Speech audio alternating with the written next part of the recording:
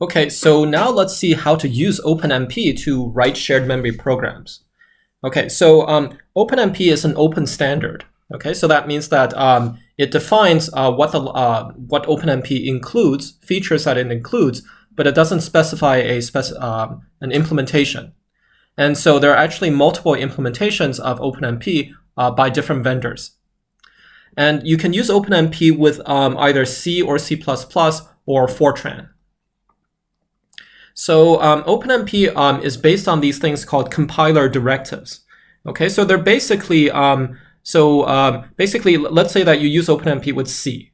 So then you just write a normal C program, and then you add these little extra keywords or little annotations. Okay, and these annotations tell the program how to do the parallelism. Okay. So, so the nice thing about this process of just using these compiler directives is that if you write an OpenMP program with these directives and you give it to an OpenMP compatible compiler, right? Then of course that compiler is going to spit you out some parallel code, okay? That code that can run in parallel. But you can also take these OpenMP programs with the compiler directives, and if you give it to just a normal sequential compiler, right, that doesn't know anything about OpenMP, right, then that program can still compile.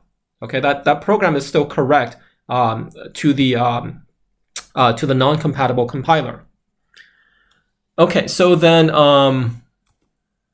oh right, and then there are several OpenMP compilers available. For example, one good one is the one from Intel.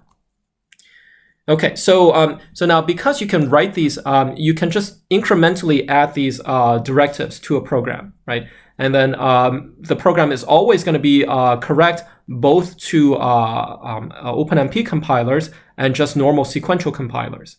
Okay, so because of this, then you can add parallelism to your program incrementally, right? So for example, if you have a big long program, maybe you don't have enough time right now to make everything parallel.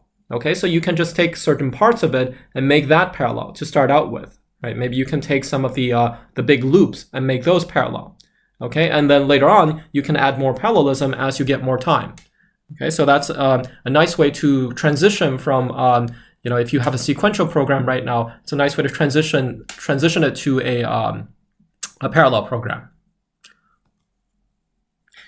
Okay, so yeah, so as I mentioned earlier, OpenMP still uses threads underneath. Okay, however, the programmer doesn't need to manage the threads by himself. Right, the OpenMP system is going to do that. Okay, but because you don't actually have explicit control over the threads, then you can't quite do as many things as you can with things like Java or pthreads. Okay, but for most tasks, OpenMP is entirely capable of solving those. Okay, so OpenMP is based on threads, and it uses this fork join model that we talked about. Right, so so again, that's where you have a master thread at the beginning, right? And then when you have parallel work, so in OpenMP, these parallel sections are called parallel regions, okay? And these regions are executed by a team of threads, okay? And here the compiler is going to take care of creating these parallel regions, okay? So it's going to create the threads at the beginning of the parallel region, and then at the end, it's going to destroy the threads. Okay, so the programmer doesn't need to worry about that. Okay, so if you want to, so we're going to go through some of the main features of OpenMP, but if you want to get more details, you can go to this website. Okay, so the first thing to talk about is how do we do these parallel regions, right? Because that's where the parallelism occurs. Okay, so in order to start a parallel region, right, we want to make sure that we have many parallel threads, right? Because initially you just have one master thread, and when you get to a parallel region, you need to create a bunch of a team of threads. So the way that you create a team of threads is using this compiler directive, this parallel compiler directive. Okay, so what you write is simply so you add this line to your program, you add this pragma OMP parallel. Okay, and then once you do that, then this creates a team of threads, and the team of threads will now execute the next block of code. Okay, so the block of code is enclosed in these curly braces, and whatever code is in here will be executed by the team of threads that's created. And then at the end of this block of code, so at the end of the parallel region, right, the threads are going to do a join. And then that means that you go back to having just a single master thread. Okay, so how many threads do you have? So this is not specified, okay? But when you actually run your program, then you have some ways of controlling this. So for example, you can use a number of threads clause after your parallel directive. Okay, so that's a suggestion to the runtime system how many threads you want. Okay, you can also call this function OMP set number of threads, right? And then if you want to check how many threads you currently have, you can, there's this environment variable OMP number of threads. Okay, and the recommendation is that you use one thread per processor or core. But sometimes you can use more if the threads are really lightweight and they're not doing too much. You can have multiple threads per core. Okay, so so once you start that team of threads, right, then they're all going to be executing this code in the following block. Okay, but of course you don't want all the threads to do the same thing in that piece of code, right? Because in that case you would be just repeatedly you would be doing redundant work, right? You don't want everybody to do exactly the same thing. So in order for the threads to do different things, you can have them do different things based on their thread ID. So this is just like in MPI, where all of the processes run the same program, right? But you can get them to do different things based on their process ID. Okay, so here it's the same concept. Now, another way that you can get threads to do different things in this parallel region is to use these work sharing constructs. Okay, so there are a few of these, and I'll go through these in more detail later. Yeah, and then these parallel regions can actually be nested. Okay, so we looked at how forks can how slave threads can fork off more slave threads, right? So that's an example of nesting, nested parallelism. Okay, so here's an example of using these parallel regions. So we have this. So if you add this stuff to your program, right? Then here, when you write the pragma OMP parallel, you're saying that I want several threads. Okay. So then the runtime system will create multiple threads over here.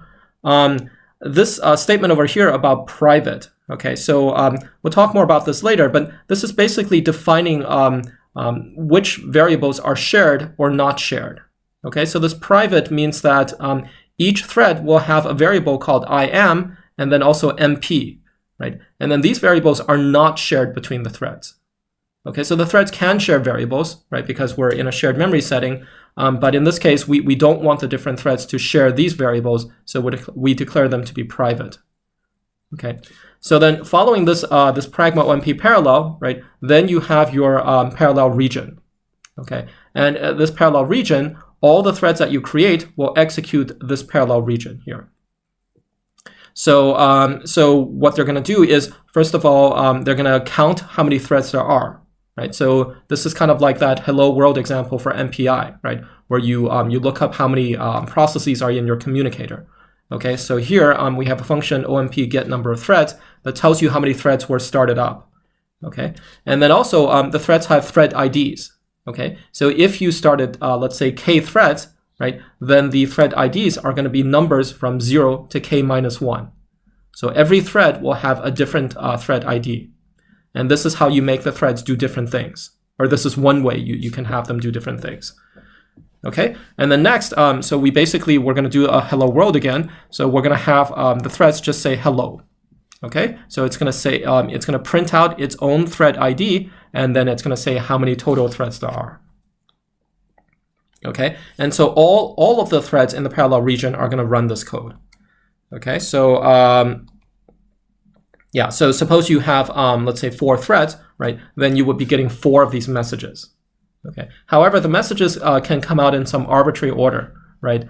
because the threads are executing at different speeds and they're not synchronized with each other. Okay, so you could get maybe hello from thread 3 first, and then maybe thread 0, and then 1, and then 2. Okay, so the order is actually arbitrary.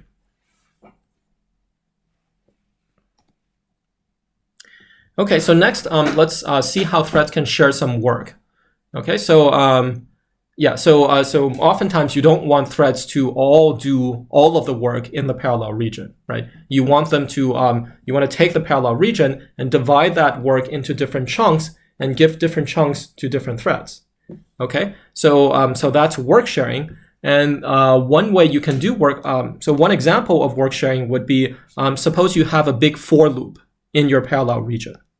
Okay, then you probably don't want all the threads to do all the iterations of the for loop, right? Like, let's say you have 100 iterations and you have 5 threads. Okay, you don't want all 5 threads to each do 100 iterations, right? Maybe you want each thread to do 20 iterations. Okay, so the way you can take this for loop and you can break up the for loop among your different threads is that once you're in a parallel region, okay, you can write this pragma OMP for. And now this is going to take this for loop and then break it up among all the threads that you created. Okay, so different threads will do different iterations of this.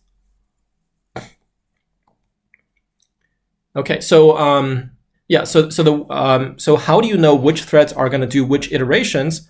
Well, this is controlled by this thing called a schedule clause. Okay, so I'll show you more details about this later. Now, this pragma OMP4, okay, so this doesn't start a team of threads. Okay, so you have to use this pragma OMP4 within a parallel region after you've already created a bunch of parallel threads. Okay, this just tells OpenMP how to break up the work. It doesn't start any threads. Okay, it's the outside enclosing pragma OMP parallel. That's the directive that actually starts the threads.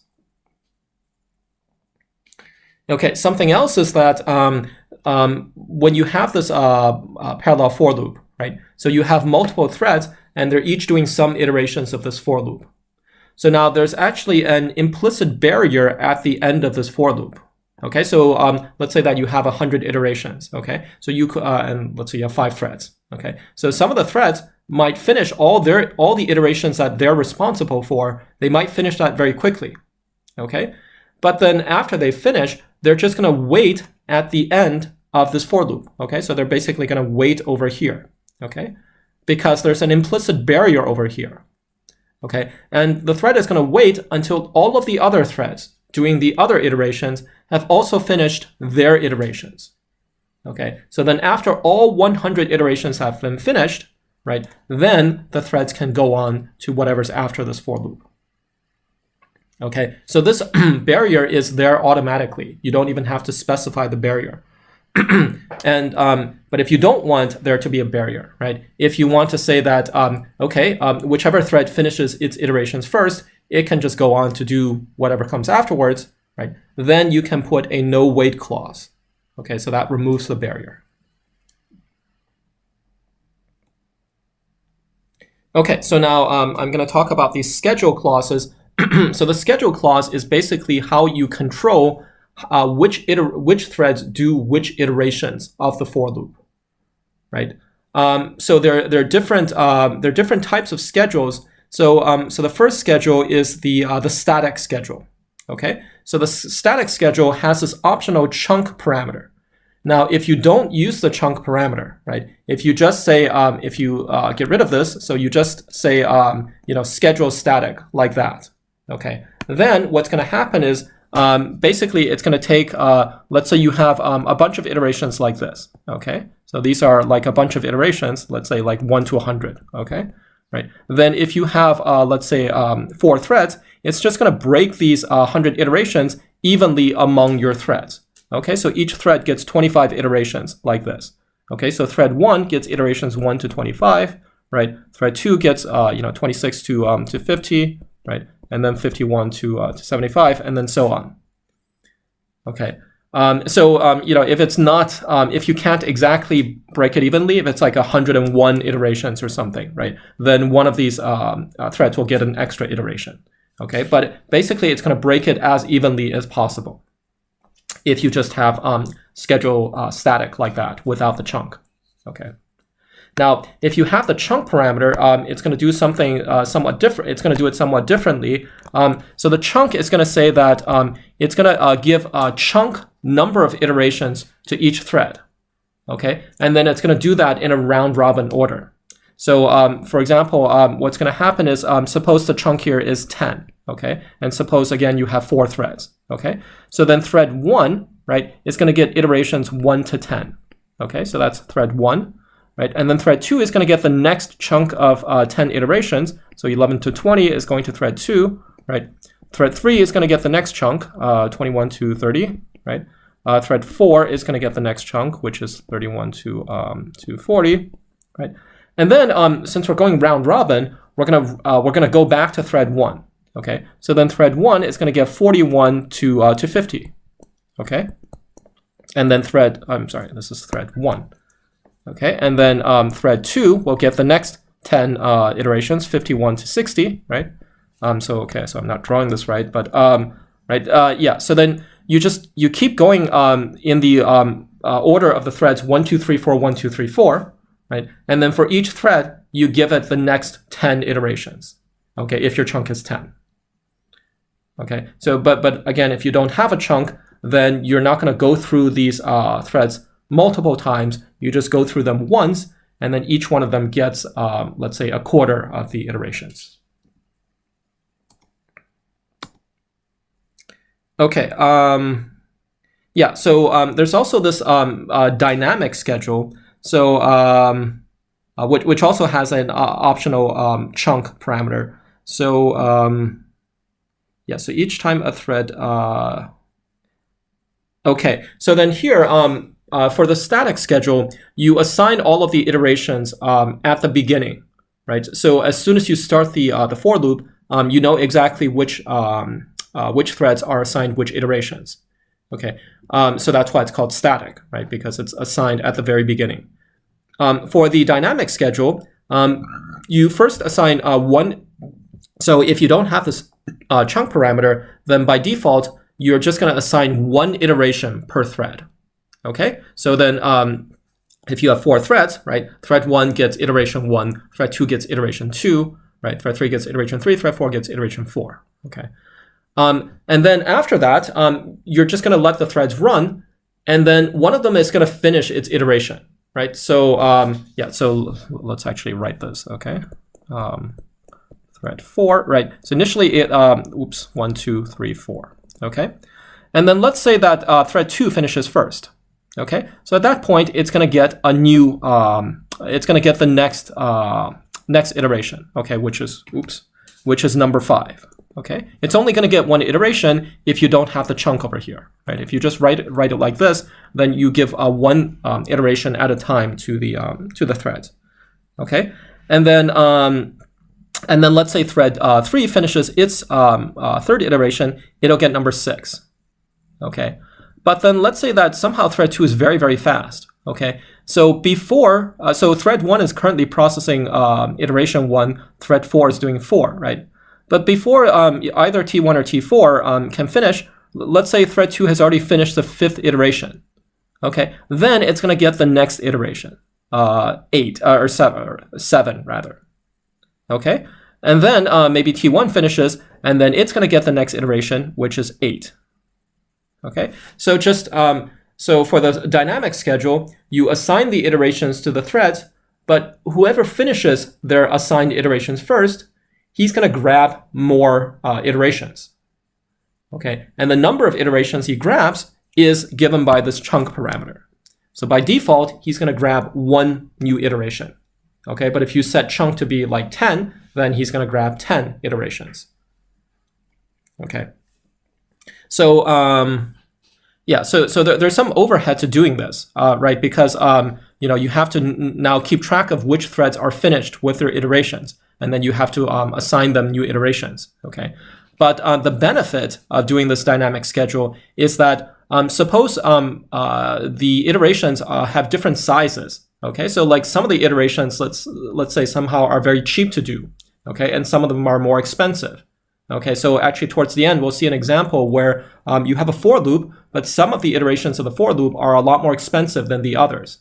Okay, so in that case, then for example, if T1 got a very expensive iteration, right? So let's sort of mark that with a circle. Okay, so if this is very expensive, then T1 might need to spend a lot of time on this iteration.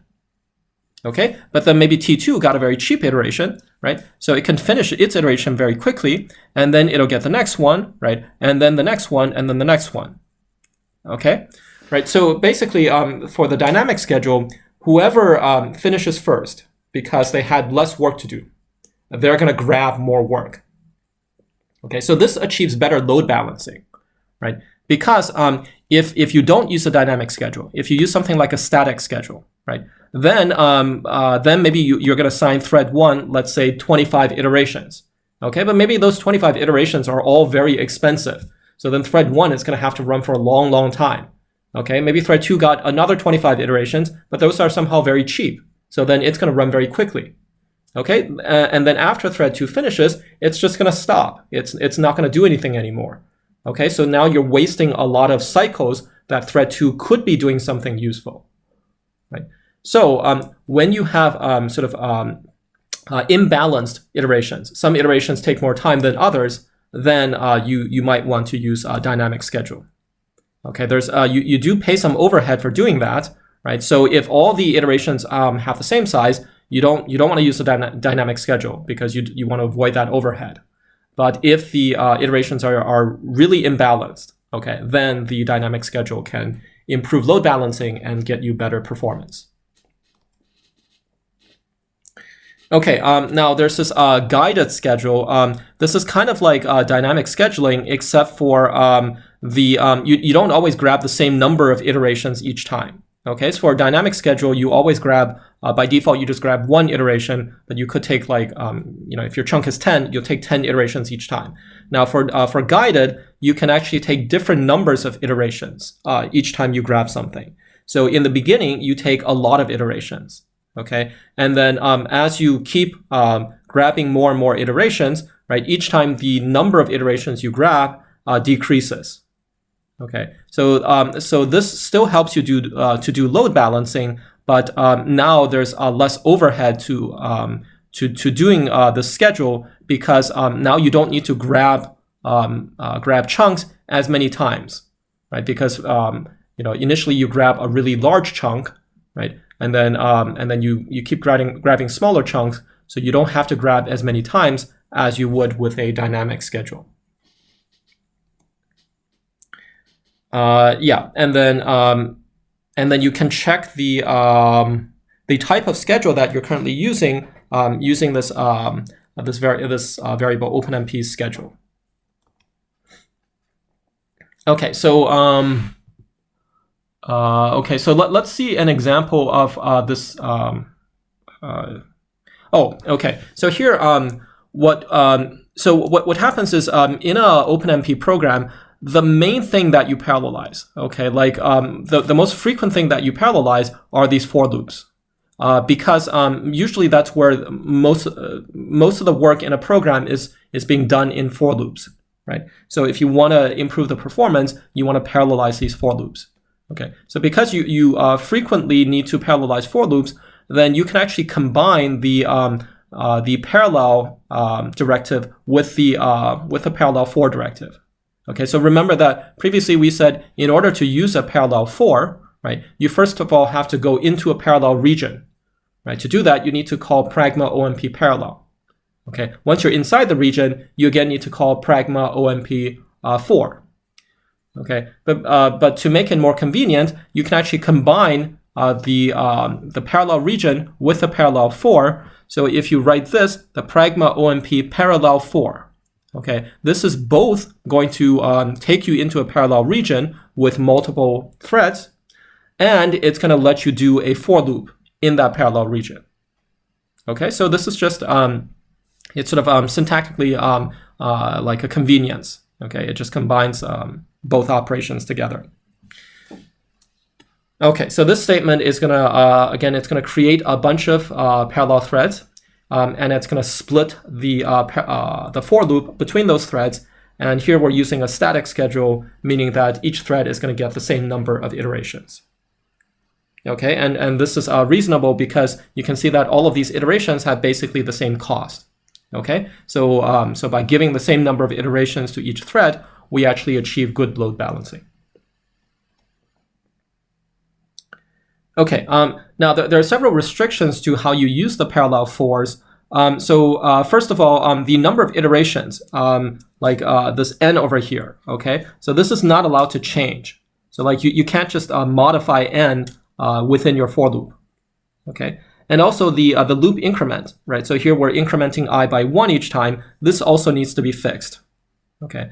And then furthermore, within the loop, you can't just exit the loop prematurely. Okay, you can't call a break or something in there. Okay, so basically the reason for all of these, for making these restrictions, is so that we know how many iterations are going to be executed in total. Okay, because for example, these schedule clauses, right? They need to know how many iterations you're executing in order to do the load balancing and the iteration assignment. Okay, so so now I'm just gonna, so there are several different ways that you can write the parallel for, so I'm just gonna summarize them all over here. Okay, so first of all, you can just do a sequential for loop. Okay, so here you don't have any parallelism, right? So you just have a normal for loop like this. Okay, you can also first of all create your parallel region using pragma OMP parallel, right? And then you can do the work sharing within that parallel region using pragma OMP4.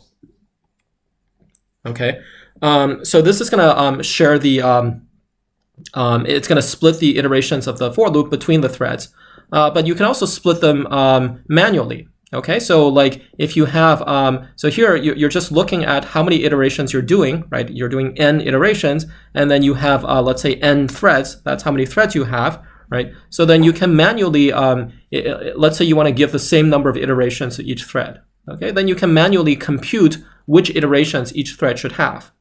Okay, and then you can just, and then if you write this, right, then what's going to happen is when you go into this parallel region here, you create a bunch of threads. Let's say you create 4 threads for simplicity. Okay, so each of those threads is going to compute its own start and end, indices. Okay, and then each thread is going to do this for loop over here. But different threads will have different start and end indices. And so that means that different threads will be doing different parts of this parallel for loop, of this for loop. Okay, so that's the manual way to do a parallel for loop. And you don't want to use this. You definitely don't want to do this manually. Okay, so here is where you combine the pragma OMP parallel with the pragma OMP4. Okay, you can combine them together into one statement. And then finally, this is not what you want to do. If you do something like this, then what's going to happen is here you create a bunch of threads, let's say 4 threads, right? And then here this for loop is iterating over from 0 up to n. Okay, and now when you have 4 threads, all 4 threads are going to do all of the iterations from 0 to n. Okay, so you're doing basically 4 times as much work, right? You're duplicating the work 4 times.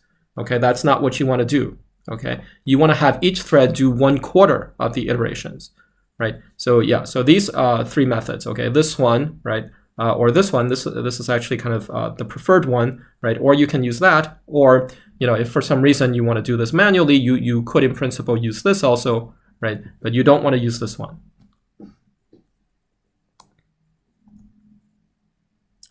Okay, so there are other types of work sharing that you can do, right? So so you can divide a for loop, but there are other types of work that you can try to do in parallel. One of them is the sections. Okay, so yeah, so sections. If we look at this code over here, what's happening is so again we need to be in a parallel region. So we need to first call pragma OMP parallel, right? This starts a bunch of threads. Right. Now, within this parallel region, if you start a sections, right, a sections construct, right, with pragma OMP sections, then here you can define multiple chunks of work, right? So each section is basically a chunk of work, okay? And then now the threads that you started in your parallel region will be assigned to different chunks of work, right? So each thread can be assigned to any number of chunks of work, okay? So maybe some thread doesn't get any chunk of work, okay? And some thread might get many of these different sections, okay? But each section here represents some work to do, right? And then you know, you've started some number of threads over here, and they're going to be mapped somehow to these different sections. Now, in this sections work sharing construct, there's also an implicit barrier at the end. Okay, so there's so if some thread finishes all its sections first, it's going to wait at the end of this sections construct. Okay, it's going to wait until all of the threads have finished all the sections, right? And then after that, all the threads will go on to the stuff after sections. Okay, if you don't want that barrier, again, you can use the no wait. Okay, now sometimes you're in a parallel section, but you don't want all the threads to do an operation. You just want one thread to do an operation. Okay, right? For example, if you're writing a file, okay, maybe you don't need all the threads to write the file multiple times. You just want one thread to do it. Okay, so to do that, you can use this single construct. Okay, so just write pragma OMP single, and then whatever stuff is in here, that's only going to be done by one thread. Okay, and that's not necessarily the master thread. Right. Okay, and yeah, and so even though this is being done by one thread, there's still a barrier that's implicit here, unless you use no wait. Okay, so that means that even though only one thread is executing here, the other threads are waiting at the end of this single statement over here. Okay, now for the single construct, I don't think you can control which thread is actually doing the stuff. Okay, but if for some reason you need the master thread to do that stuff, right, then you can call this master construct. So this is again going to be done just by a single thread, namely the master thread, and all of the so there's no implicit barrier. Okay, so then the master thread will do this stuff, but the other threads will go on to the subsequent stuff without waiting for the master to finish. Okay, so now we're going to talk about the OpenMP. We can share memory. So now let's see how we can actually share memory. Okay, so there are various commands for sharing the memory. Okay, so so first of all, we can have both shared variables and private variables. Okay, so the shared variables can be read and assigned by any thread. But also threads can have private variables which only they can read and modify. So most variables are shared by default. Okay, so for example, global variables or static variables are shared by default, right? And also threads that the master thread, variables that the master thread declares are shared by default. Okay, but there are also variables that are that are private by default. Okay, so for example, if you have a parallel 4, right, then there's an index variable. Okay, now those index variables are private by default because if you have multiple threads and they're all doing this parallel 4, right, then of course you don't want them to use the same index because the different threads are doing different iterations of this parallel 4. Okay, so therefore each thread needs to have its own index into the for loop. Okay, also if you have stack variables, okay, so if if these parallel threads call functions, right, then that's going to create stack variables. So those are also going to be private by default. Okay, so whichever thread calls a function, and if that function creates a bunch of stack variables, then those stack variables are private to the calling thread. Okay, and also automatic variables in the functions, which you call in a parallel region, are also private by default. Okay, so now you can also control which whether variables are shared or private. Okay, so the way you can you can do that is using these shared or private constructs. Okay, so you write shared, and then you give a list of variables, and then those will become shared between the threads. Okay, if you write private with the variables, they become private. Okay, and then you can also make the shared variables by default shared or private. Okay, so so here's an example of controlling the sharing of variables. So suppose you have this variable x, right? Initially it's 5, and then we start a parallel region. But here before we start the region, you say that x is private. Okay, so this means that in this parallel region you have multiple threads, but now each of them will have its own copy of x. Okay, so so here each thread is going to get its thread ID and then set x to be the thread ID. Okay, and then but this is its own private copy of x. Okay, so that means that every thread will have a different value of x. Okay, and then it's going to print out that value over here. Okay, and then at the end of this parallel section, right, then x goes back to being shared. Okay, so x was shared initially, right, because it's a global variable here, right, and then it became private once you enter the parallel section, right, but then after you exit the parallel region, it becomes shared again. Okay, so then here, right, you're going to say that the shared x is equal to 5 again. Okay. Yeah, so yeah, so this is summarized over here.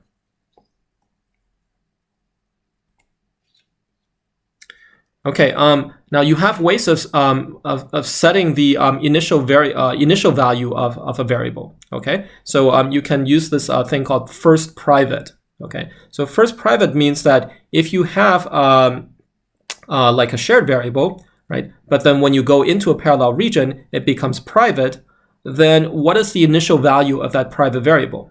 So if you use first private, then the initial value of that variable is whatever value it had in the outside region before you enter the parallel region.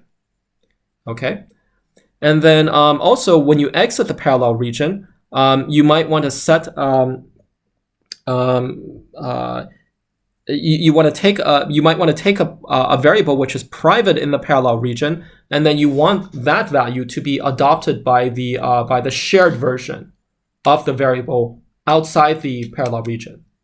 Okay, and you can do that using last private. Okay, so as an example of this, right, so suppose you have a shared variable temp here, which is initially equal to 2. Okay, now you start a parallel region and you say first private temp. Okay, and you also say last private temp. Okay, so then what this is going to do is all right, and then within this parallel region, you're doing a let's see, a for loop here, right? Okay, so then here every thread has its own private copy of temp. Okay, but because you called this first private here, right, and because temp was equal to 2 outside of the parallel region, then when then the initial value for this temp is going to be 2. Okay, so then here you're going to increment this 2, right, and then sorry, you're going to increment temp starting from 2. So then you're going to end up with some value of temp which is more than 2. Okay, and then here when you call last private, this is saying that whatever value of temp you ended up with, right, this becomes the new value of temp after you exit this parallel region. Okay, so then here when we print the value of temp, we're definitely going to print something larger than 2. Okay, because temp here was initialized to 2, it got incremented some number of times, and then after you exit the parallel region, right, whatever the final value for temp, right, that becomes the new shared value for temp.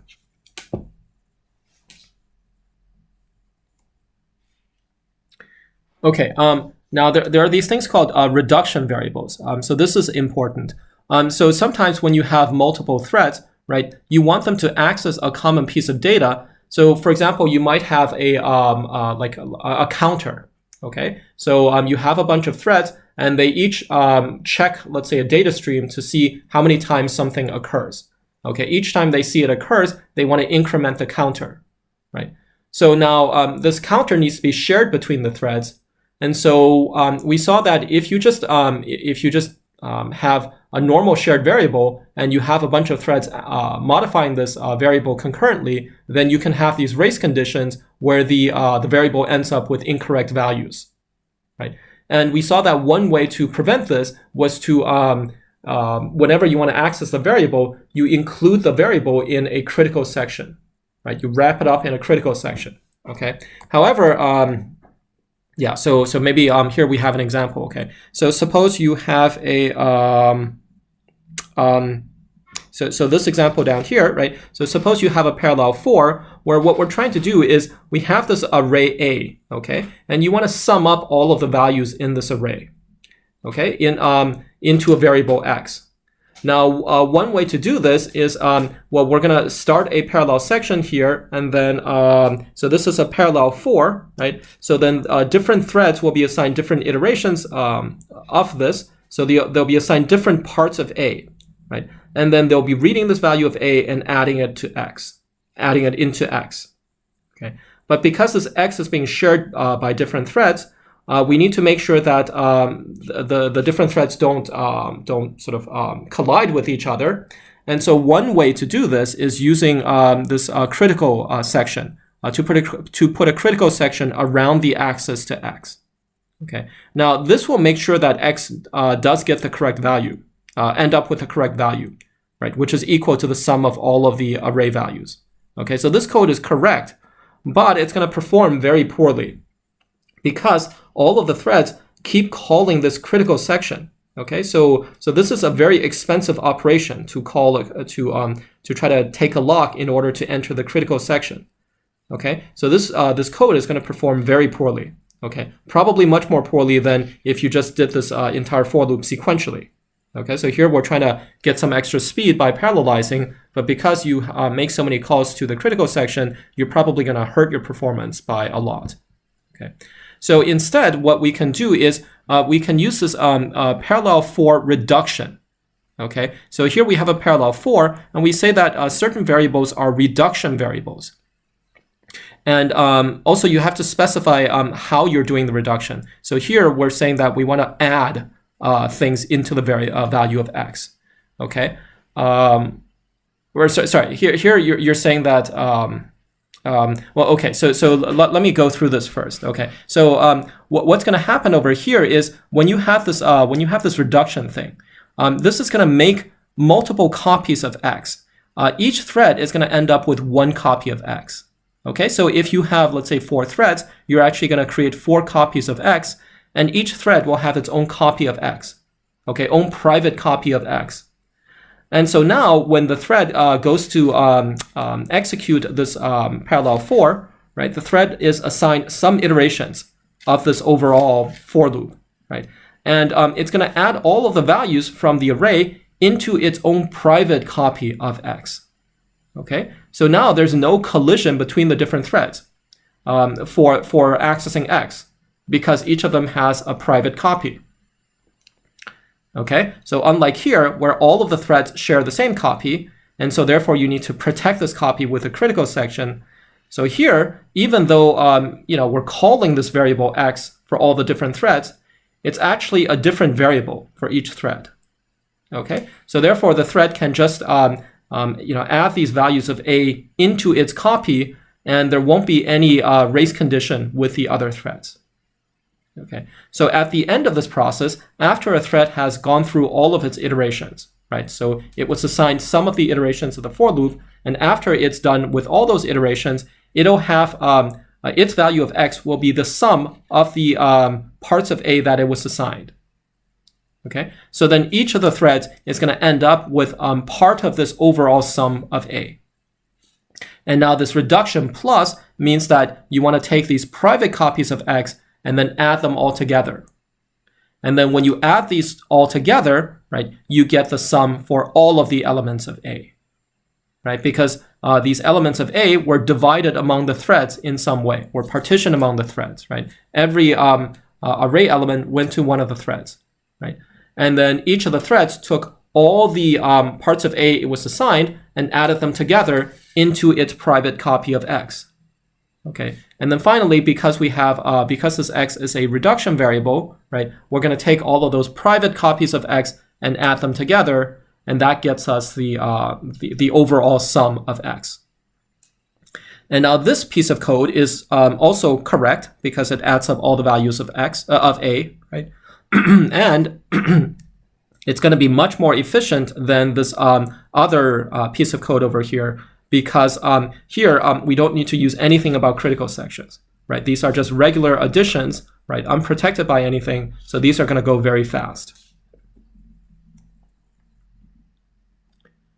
Okay. All right, so next, so we just saw that we needed to, one way to protect variables. So here, this is not a good approach, but sometimes you do need to use critical sections. Okay, here you can get away with using a reduction variable, and that's much more efficient. But sometimes you do need to use critical sections, right? And the way you can use them is just with the pragma OMP critical. Okay, and then you can write, and then whatever piece of code goes after this critical, that is only going to be done by one thread at a time. Okay, so now you can also give, so you can also give a name to this critical section to identify it. Okay, if you don't give a name, then they default to having the same name. Now, in addition to critical sections, you can also have locks. Okay, in OpenMP. So the way you access these locks is through these various functions. Okay, you can initialize the lock, set the lock, unset the lock, test it, and then destroy the lock. Okay, so then here, the argument to the lock is a memory location. Okay. Now, what is the difference between a critical section and a lock? The difference is that a critical section is saying that a piece of code can only be accessed by one thread at a time. Okay, whereas a lock, here the argument to the lock is a memory location. Okay, so the lock is protecting the data to make sure that only one thread is modifying the data at a time. Okay, the critical section is protecting a section of code. So, so to give an example of how these are different, suppose you have a function which inserts into a hash table. Okay, so if you use a critical section around this hash function, then that means that only one thread can call the hash function at a time. So that means only one thread can insert into the hash table at a time. Okay, but maybe this isn't what you want, because if you have let's say a hash table like this, right? If the different threads are inserting into different locations, right? So if you have a thread, thread 1 is inserting here and thread 2 is inserting here, right? There's no problem having both of these run in parallel, right? So, but if you use a critical section, then either T1 can insert or T2, but you cannot run these in parallel. Okay. Now, what you do want to protect with this hash table is that you don't want T1 and T2 to write to the same location at a time. Okay. So what you can do is you can put a lock around these memory locations. Okay, so that will prevent different threads from writing to the same location at the same time, but it does allow different threads to write to different locations. Okay, because different locations, right? Each location has a different lock. So, so after T1 locks this location, it doesn't prevent T2 from locking this location. Okay, so so OpenMP also has barriers. Right, so we've talked about barriers. That's basically where you have, if you put the barrier, if you write this pragma OMP barrier somewhere in your code, that means that, so this has to occur in a parallel section, okay? But if you write this in a parallel section, that means that all of the threads are going to wait to get to that line of code before any of them proceed past that line of code, okay? Okay, so we have some additional synchronization constructs. So, for example, here we have these atomic constructs. Okay, so let's see. Yeah, so then only so when you write this pragma OMP atomic, right, then only one thread can execute this statement at a time. Okay, so these atomic operations are just simple. They're limited to being simple operations, like maybe increment or max or test and set or something. Okay, yeah, but however, so when you do one of these atomic operations, so let's say you're doing atomic increment, okay, then when multiple threads call these atomic increments, you can be sure that each of the increments will be done by itself, will be done mutually exclusively. Okay, so if you do, let's say 10 increments, you're guaranteed that the value increases by 10, right? Whereas if you just do it without any protection around the increment, then you don't know how much the value is going to increase by.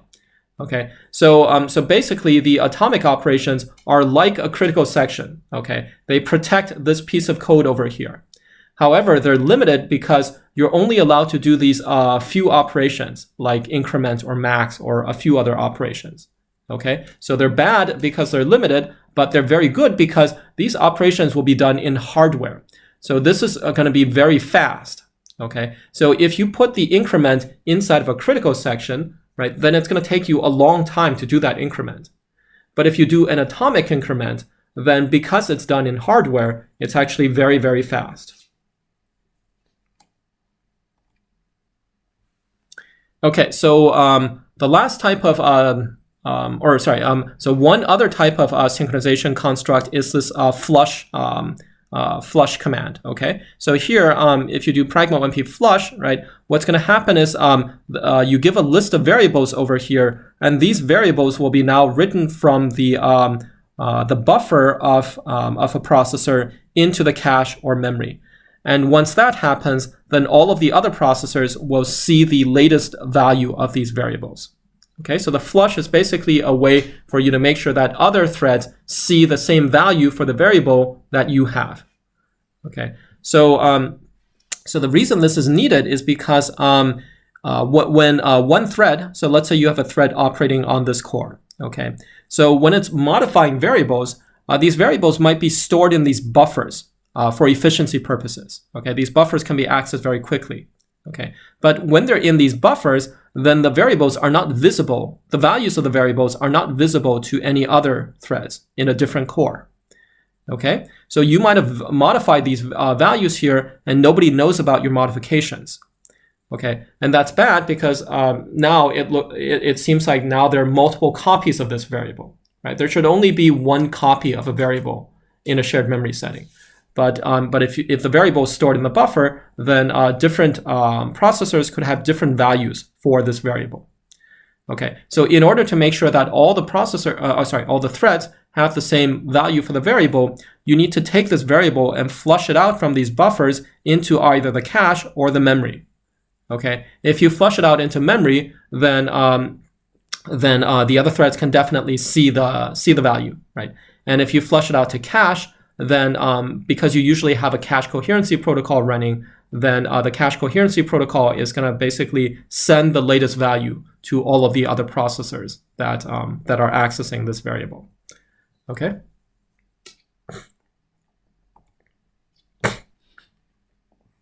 Okay. So next we have these things called ordered statements.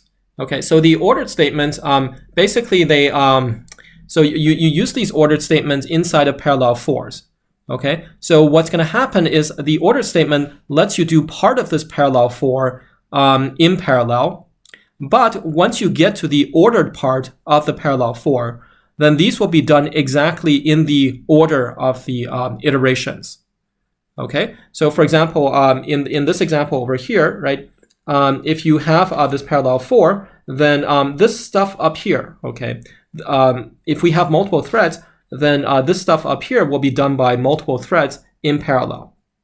However, for the ordered part over here, right, these will always be done in the order of the iterations.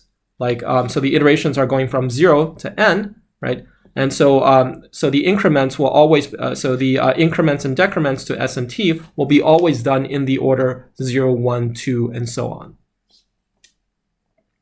Okay, so basically, the reason we use this is so that here we can still get some parallelism, right? Because here, since we're not inside the ordered statement, we can do multiple things in parallel. Okay, but here you might have some things that for some reason you have to do these in the loop order. Okay, so this ordered statement lets you combine parallelism with something that you have to do in loop order.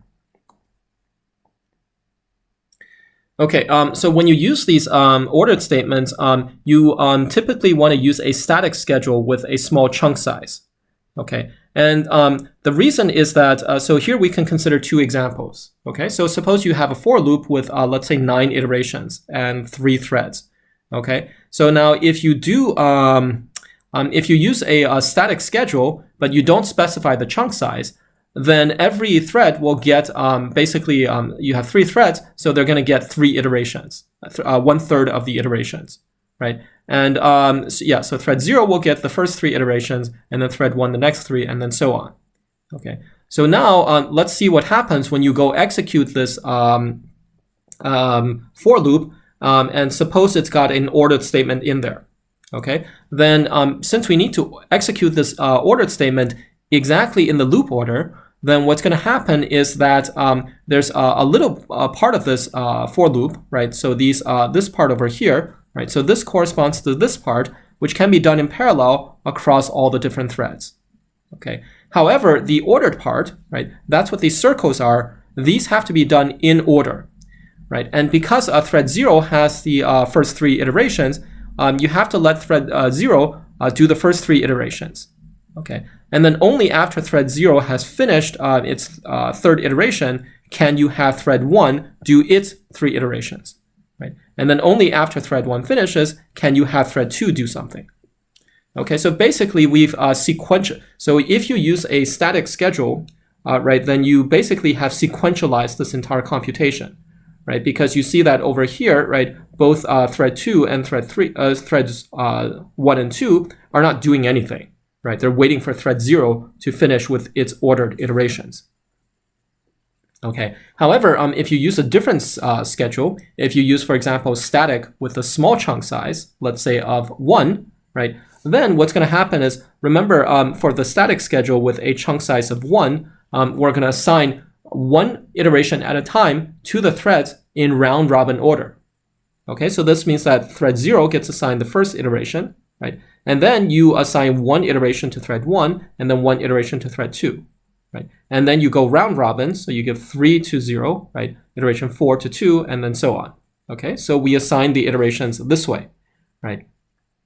Now what happens is, now if you execute this for statement with the ordered statement, right? This for loop with the ordered statement, you see that, well, again, we have this part, which corresponds to this part which can be done in parallel, right? You see that this is being done in parallel across the 3 threads, right? And then you have to wait for the first iteration to finish, right? So that's what's happening over here. But as soon as the first iteration finishes, okay, so here you have the 2 threads, they're idling because they're waiting for the first iteration to finish, right? But as soon as that iteration finishes, thread 1 can now do its iteration for this ordered part, right? And so and then after that, thread 2 can do its 3rd iteration, right? And then in the meantime, right, the threads can go back to doing this parallel stuff. Okay, so here we have more parallel stuff that's being done, right? Yeah, and then after you do the parallel stuff, you again get to the ordered part, right? So again, you have to wait for iteration 3 to finish before you do 4, before you do 5. But here you see that there's a lot less waiting, right? You see that there's a lot more parallelism when you do the when you do this static schedule with small chunk size compared to just the normal static schedule. Okay, so all right, so next we have a few functions that we can call to find out some conditions about the runtime environment.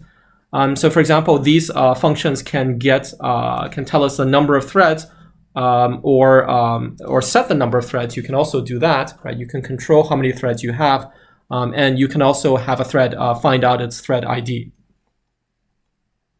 Okay, you can find out how many processors you have, because it might be like a multi-core, multi-processor system. And then you can find out whether you're currently in an active region or not.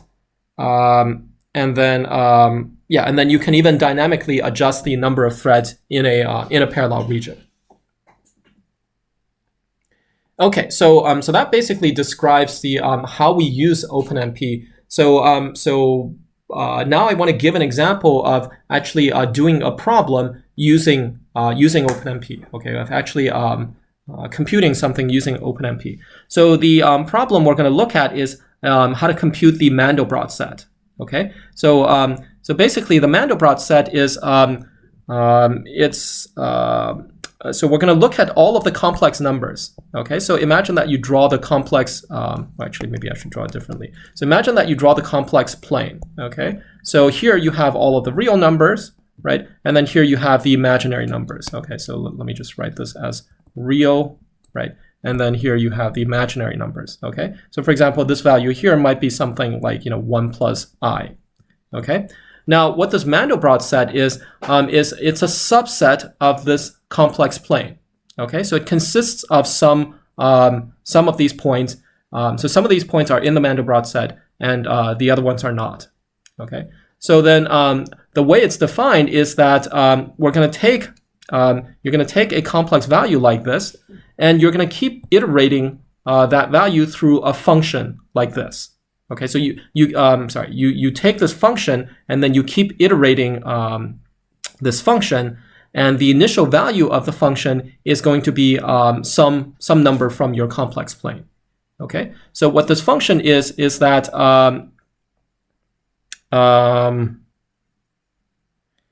let's see, it's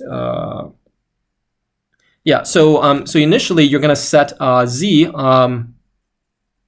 You're going to set you're going to set z0 to be some complex number. Okay, so something like a plus I times b. Okay, and then you're going to square this z, right? So you're going to square this z0, and then you're going to add some constant c over here. Okay, so the c is some other complex number. Okay, so that gets you a new number, which you're going to call z1. Okay, and then you're going to take z1 and you're going to square it again, and you're going to add c to it. Okay, and that gets you z2, right? And then you do it again, you get z3, right? So you do z2 squared plus c, and then you get z3, and then you just keep doing this. Okay. Now, what you're looking for is eventually you're looking at the sort of the limiting value of these z's. Okay, so imagine that you do this iteration like an infinite number of times. Okay, now one thing that can happen is if you do this an infinite number of times, then maybe the z's keep getting larger and larger. So the z values go off to infinity. Okay, if they go off to infinity, then you say the value is not in the Mandelbrot set. Okay, however, for certain initial values of z0, these values might actually might stay finite.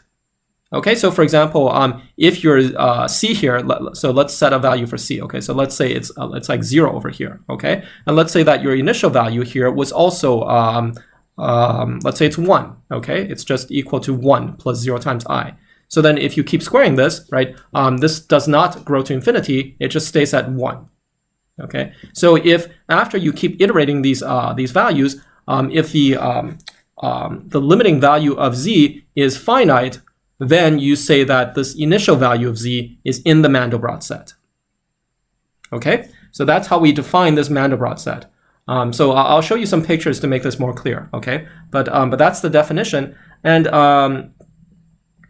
okay, so let's go with the picture first. Okay, yeah. So here we have this this beautiful picture. So this is the Mandelbrot set. Okay, so what this is saying is basically all of the points, all of these black points. Okay, these are points of the complex plane such that if you iterate this function, right, z squared plus c, even if you do this an infinite number of times, okay, these values do not diverge to infinity. Okay. However, for these other colored values over here, right, these values, if you iterate them many times, right, they do diverge to infinity. Okay, so this is so if you look at this, for example, if you pick a point over here, okay, this is a very large point, right? Let's say it's something like 2 plus 2 times I. Okay, well, if you take 2 plus 2 times I and you keep squaring it and then adding some value to that, right? Then then this value is going to get larger and larger, and it's going to blow up and go off to infinity. Okay, so that's why this point is not in the Mandelbrot set. Okay, whereas this point here, right? This might be the 0 point. Okay, so if you take 0 and you keep squaring it, right? It's not going to blow up and go off to infinity. And so this is in the Mandelbrot set. Okay, so what's really interesting about this figure is that the set of points which are in the Mandelbrot set versus not in the set, right? They have this incredibly intricate pattern, right? Like, for example, here, these points, they are in the set, but if you just move a little bit, then they're outside the set now. Okay, so there's a huge amount of detail to these points.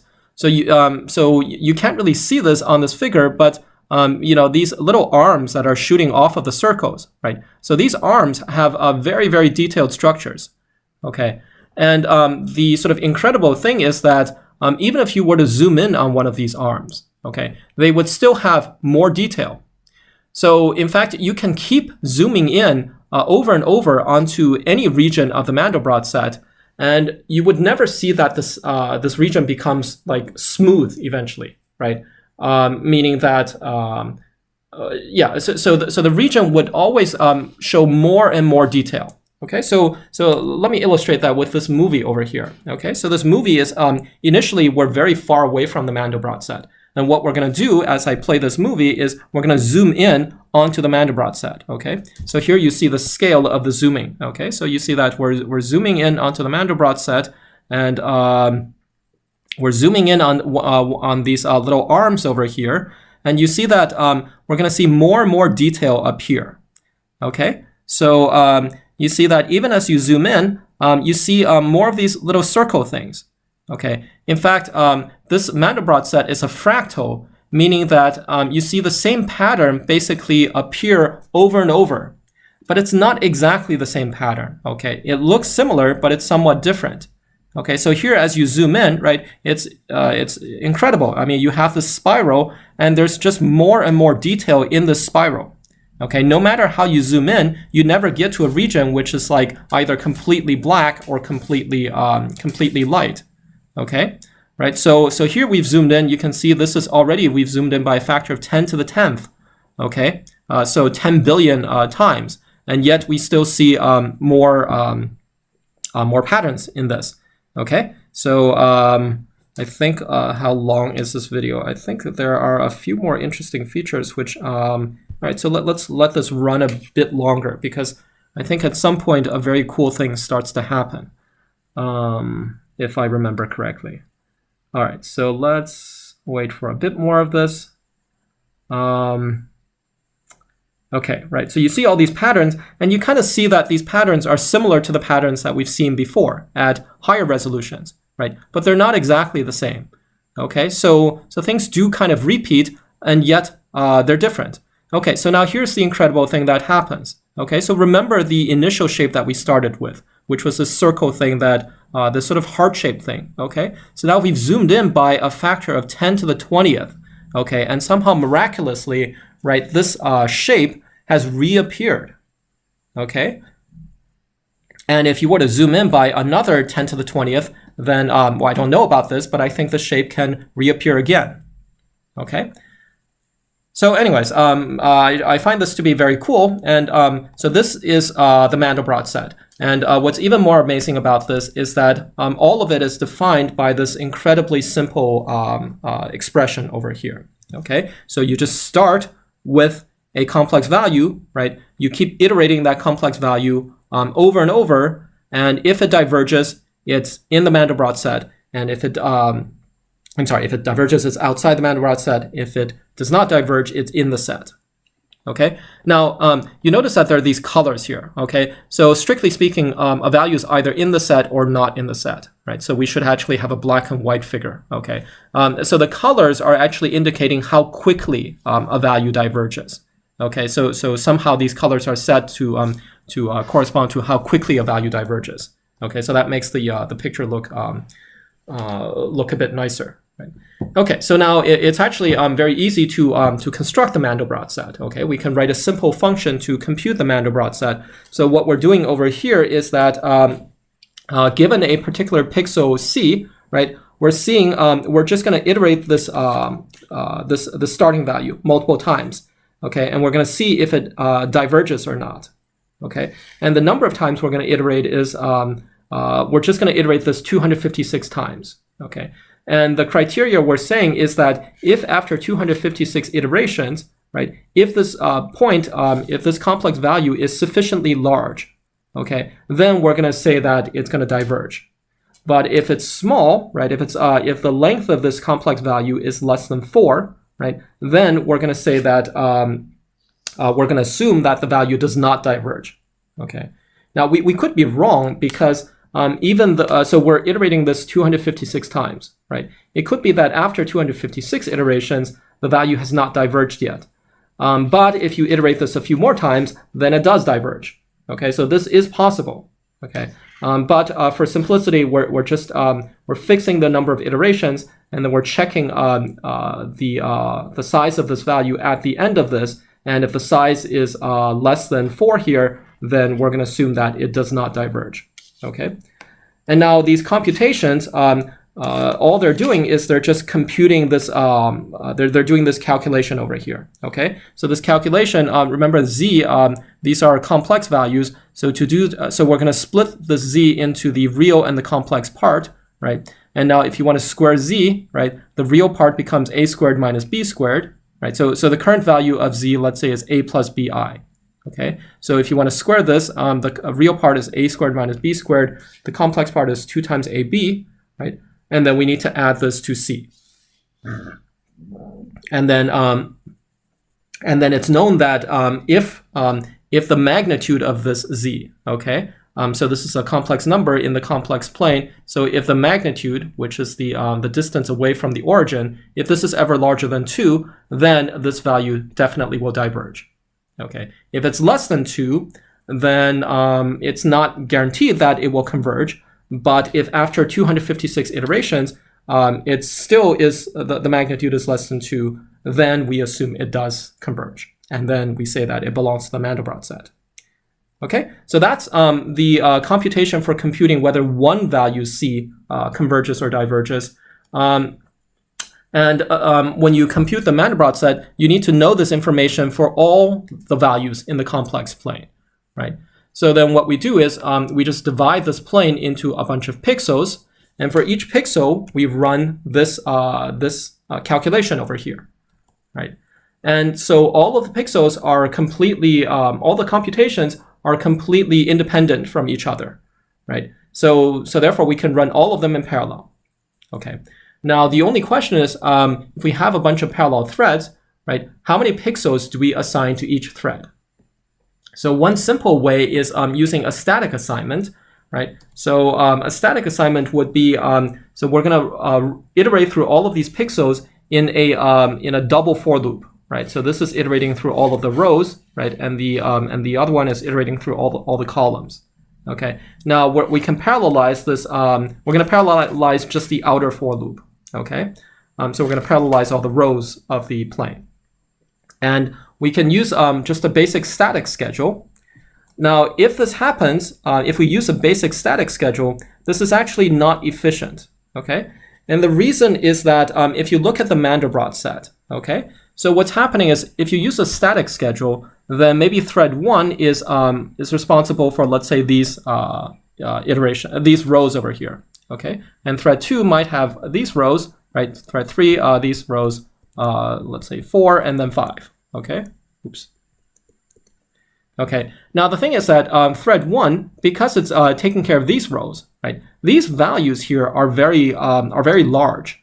Okay. So if you run this this calculation here, then after just a few iterations, you're going to see that these lengths are going to exceed 4, and so you can already stop the for loop, right? The while loop. Okay. So therefore, each of these pixels over here, right? Though you just run the while loop for a few iterations, so they're very quick. Okay, so all of these computations just take a little bit of time to do. Okay, now over here, if you look at T3, okay, so it's responsible for these this part of the plane. Okay, and for example, for these values, right, so these values don't diverge. So even after you iterate them 256 times, they still don't diverge. Okay, so that means that T3 has to run all of these values, has to iterate all of them for 256 times. Whereas T1 over here can iterate all of these values just for a few times. Okay, so that means that T1 is going to run much faster than T3. Okay, if you assign T1 these rows and T3 these rows, then T1 is going to finish a lot faster than T3, and so you have a lot of load imbalance. Okay, so so that's not efficient because we have load imbalance, and so in order to make things more efficient, we're gonna not use a static, not use a default static schedule. We can, for example, use a static schedule with a chunk of 1. Okay, so if you use a static schedule with a chunk of 1, then what's going to happen is you're going to say that, so this top row here, let's say that gets assigned to thread 1, right? And then this gets assigned to thread 2, 3, 4, right? And let's say you have 4 threads, okay? So then you're going to go round robin, and so you're going to assign these in this order, okay? So then in this way, you see that thread 1, right? It's assigned some of these easy rows, right? But it's also assigned some of these hard rows, okay? These hard rows where you have to run for a long time, okay? So basically the amount of work for each thread, you can see that each thread is assigned some of the easy rows and some of the hard rows, okay? So the work is much more balanced if you use the cyclic assignment, okay? Or you can use the dynamic assignment, okay? Or you can use a guided assignment. Okay, but all of these will achieve much better load balancing than just using the default static assignment. Okay, so so the final thing I want to say is now there are a few other ways to do shared memory programming. So there are these things called PGAS languages, which people have been looking at for the last few years. So they're not very popular right now. So not many people are using them. But there is a hope that somehow they have better performance properties than OpenMP. So they're still being researched, and perhaps in the future we'll start using them. So so therefore, to finish up, I just want to mention a few of these languages. Okay, so so PGAS stands for Partition Global Address Space. Okay, so basically the idea is that we're going to treat so in shared memory programming, all the processes or all the threads can access this entire chunk of memory, okay? But that doesn't mean that the memory is all stored at one location and all threads have uniform access to all chunks of memory, right? I mean, you know, a thread might be able to access some pieces of the memory faster than other pieces, right? Even though it can access everything, some accesses are faster than others, okay? So then the idea for PGAS is to take this entire chunk of memory and then put and then sort of bind each thread with the memory that it can access most quickly.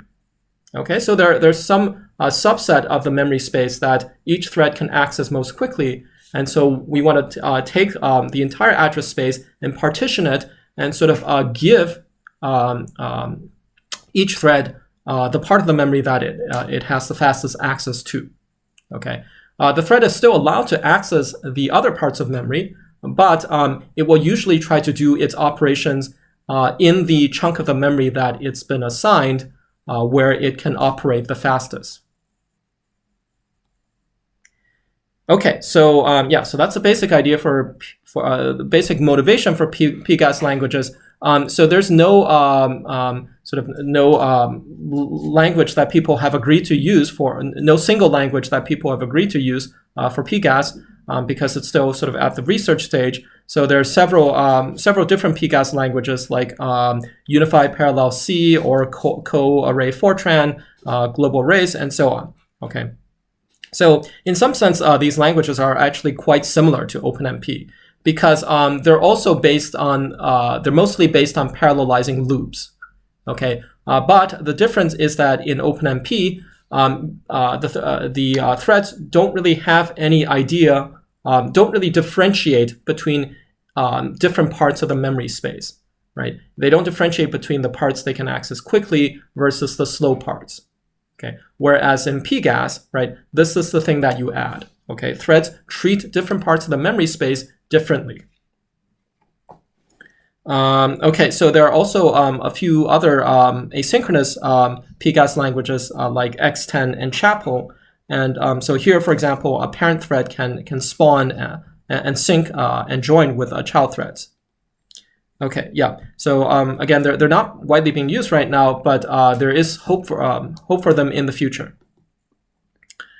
Okay, so we have this global address space that all the threads can access, and then it's divided into partitions, and each thread has what's called an affinity to a partition. Okay, so for example, if we look at the, let's see. Okay, so let's actually go back all the way to the beginning of this